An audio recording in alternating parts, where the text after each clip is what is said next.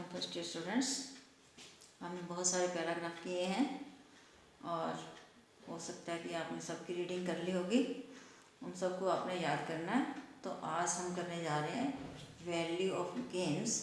ये अक्सर ही पेपर में आता है, तो आप अपनी बुक्स भी खोल लीजिए, उसमें से भी देख सकते हैं। कुछ लाइनें मैंने कटवाई हैं जो जिनकी ज़रूरत नहीं है, जो बार बार रिपीट हो रही हैं। और ये जो ज़रूरी लाइनें हैं इनको आपने लिखना है और इसको अच्छी तरह याद करना है और कोई स्पेलिंग मिस्टेक नहीं करनी, ठीक है। तो क्या करने जा रहे हैं, the value of games mean जो हमारी गेम्स हैं उनकी हमें क्या ज़रूरत है, क्या उनकी आवश्यकता है, क्या उनके फ़ायदे हैं, क्या उनके गुण हैं। तो इसमें इस पैराग्राफ में सारे हम उसके वैल्यू देंगे, उसके गुणों को प्रकट करेंगे गेम्स के। Games and sports play an important role in our life.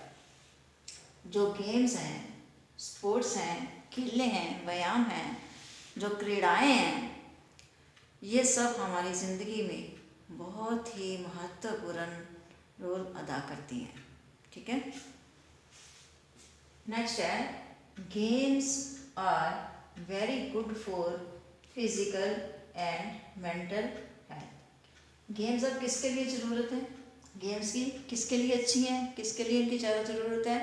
ये हमारी फिज़िकल शारीरिक और इसके साथ साथ मेंटल और दिमागी हेल्थ के लिए, स्वास्थ्य के लिए बहुत ही ज़्यादा महत्वपूर्ण है या उनके लिए बहुत ही अच्छी हैं। गेम्स जो बच्चे खेलते हैं वो आपने देखा होगा बड़े हिस्ट पुष्ट रहते हैं, और जो नहीं खेलते वो सुस्त से रहते हैं। गेम्स खेलने से क्या शरीर में स्फूर्ति आती है और हम एकदम से अपने आप को तरोताज़ा समझने लगते हैं, ठीक है। अब और क्या करती हैं, दे बिल्ड आवर मसल्स। ये हमारी मसल्स, हमारी मांसपेशियों को बिल्ड करती हैं, बनाती हैं। क्योंकि जब हम खेलते हैं तो पूरे शरीर में ब्लड का संचार होता है और उससे क्या हमारी मांसपेशियाँ मजबूत होती हैं, स्ट्रेंथन होती है, स्ट्रेंथ मिलती है उनको। दे स्ट्रेंथन आवर बॉडी। हमारे शरीर को ये क्या करती हैं, मजबूत करती हैं अगर हम गेम्स खेलते हैं। गेम्स खेलते हैं, खेलते हैं, व्यायाम करते हैं, क्रीड़ाएं करते हैं, तो हमारे शरीर को क्या मिलती है, मजबूती मिलती है। There are indoor and outdoor games. आपको पता ही है इंडोर गेम्स भी होती हैं, आउटडोर गेम्स भी है। इंडोर जो अंदर खेलते हैं डोर के अंदर, और आउटडोर जो बाहर खेली जाती हैं।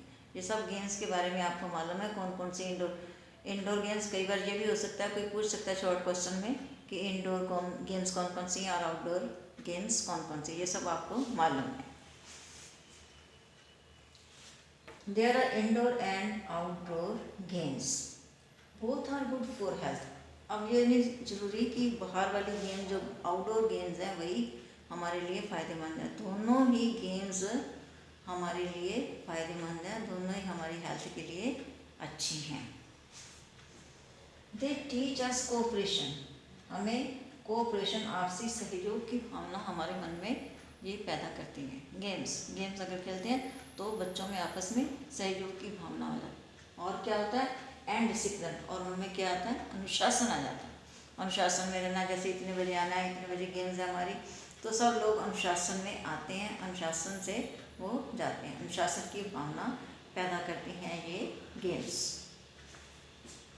दे बिल्ड आवर कैरेक्टर। उसके साथ साथ हमारे ये चरित्र का निर्माण भी करती हैं। गेम्स क्या करती हैं, हमारे चरित्र का निर्माण भी करती हैं। हमें शॉर्ट सेंटेंस लिखने हैं जिनमें हमारी कोई स्पेलिंग मिस्टेक ना हो, क्योंकि स्पेलिंग मिस्टेक अगर नहीं होती तो आपको मार्क्स पूरे मिल जाते हैं, ठीक है।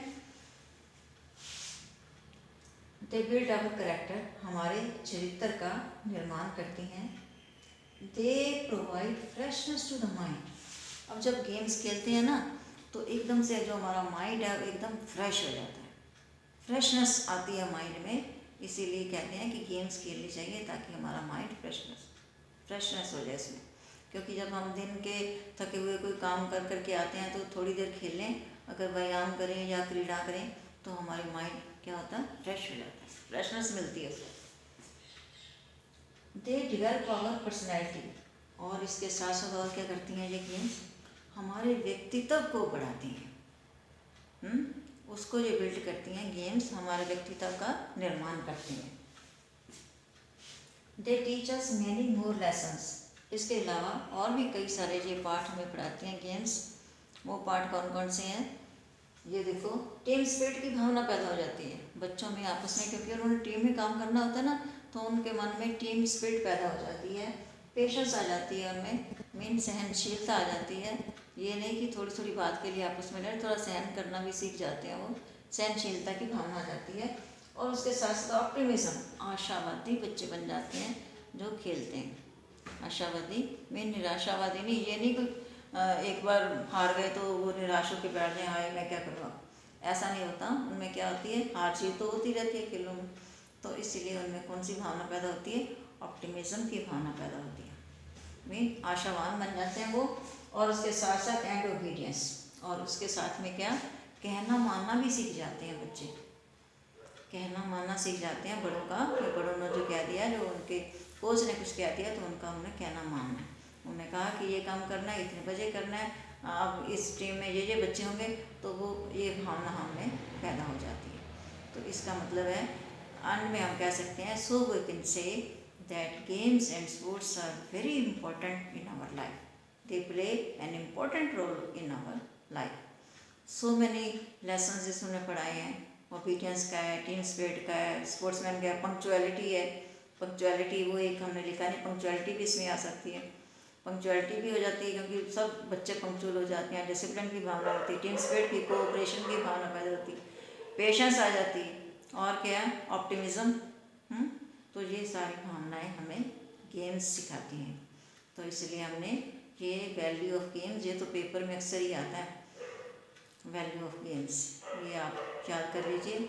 इसके अलावा बाकी बहुत सारे हमने जो पैराग्राफ किए हैं, उन पैराग्राफ को भी आपने याद करना है, साथ साथ काम करते रहो, ताकि पेपर में कोई मुश्किल ना हो। Okay students, we will meet again.